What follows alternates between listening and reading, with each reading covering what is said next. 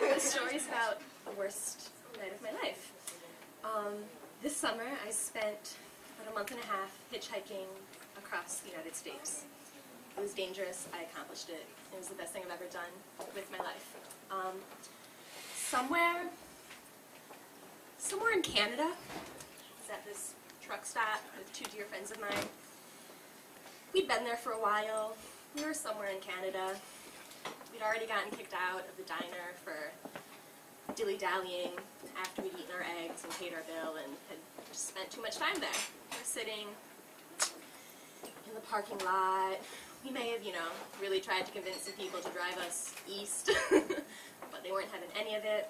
So I was walking around the parking lot, talking to people, really trying to work it out, just trying to get out of this damn town in somewhere, Canada, that had a truck stop and a lot of railway cars. And I went around the bend, got to talking to this guy. His name was Bob. And he wasn't going anywhere. He lives in this town. He's lived there most of his life. But he was a good man. We were talking, and he was just telling me some stories. I was telling him about my life, telling him where I was, telling him how I was trying to get out of there. Okay, very well, part ways. Go back to my people. No luck. We were like, we're stranded. We're like somewhere in Canada. Where do we go from here? I think the plan from there was we had some camping gear. We were going to throw some nice grassy field in the back. We were going to camp out. Not a problem.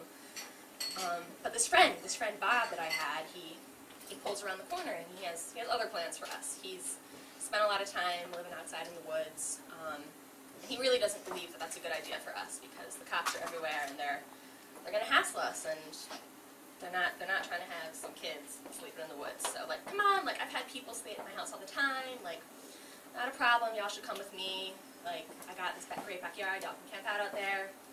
Great, not a problem. We talked to him, and the two people I was with, I trusted with my life, and they kind of gave it the here we go, let's go. Like, we trusted. Here we go.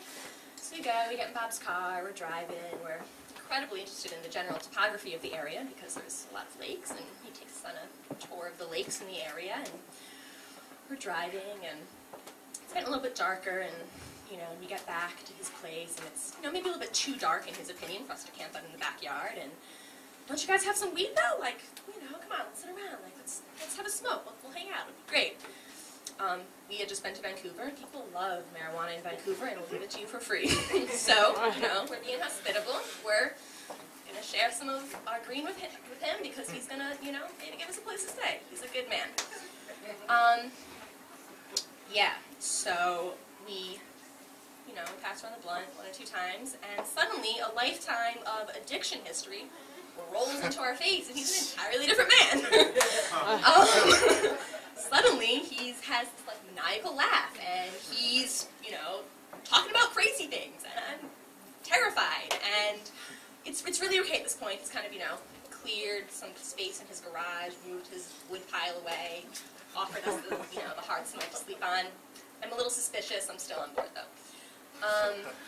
Yeah. Then he starts explaining to us how his mother used to always warn him never to pick up hitchhikers because, it's scary what people who pick you up could do to you, but imagine what I could do to them, Mom. Like, he's talking to the third person, like, Mom, imagine what I could do to them. Like, I have this, axe under my bed and this hash in my closet. The sound of my piss hitting the stairs at this point is what I hear because, it's what I remember because when I'm scared, I laugh. When I laugh, I pee my pants. I pee my pants. It gets worse. He's getting his GED right now, and he's taking this English class, and it's story writing unit, and right now he's writing horror stories, and he's telling us all about the horror stories that he's writing for his English class, and he has some really scary ideas up his sleeve. I might be in the basement 10 miles outside of the nothing town that I had recently left with a terrible, terrible man. Yeah, so at this point, this is kind of where the deception comes in. I think the deception is, number one, that his kind demeanor, deceived us. I had really trusted him, but now it's our time to deceive him and get the fuck out of there. So we're like, hey, you've been the traveling man, you've been, maybe we want to get another ride tonight. I think it's best if maybe we don't stay here. No, we're not leaving. He refuses to give us a ride back to town. He's really convinced that he really wants to have company that night.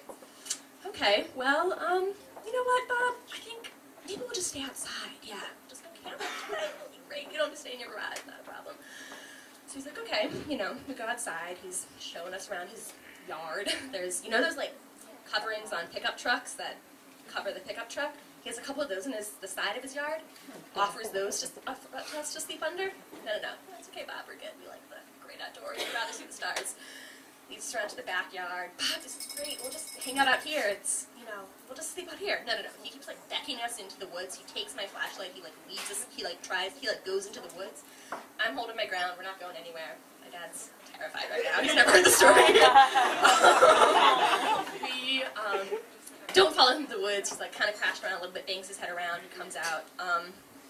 Yeah, I don't know. At this point, we kind of pulled around. We're like, listen, Bob, we're getting out of here.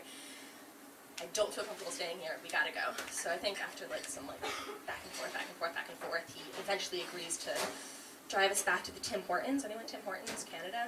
They love Tim Hortons. Thank you. We spent the night at the Tim Hortons. We did not sleep. That's the end of the story, and thank you. But I guess, I don't know, I was deceived, he was deceived. Sometimes you gotta deceive people to get out of bad situations. Thank you.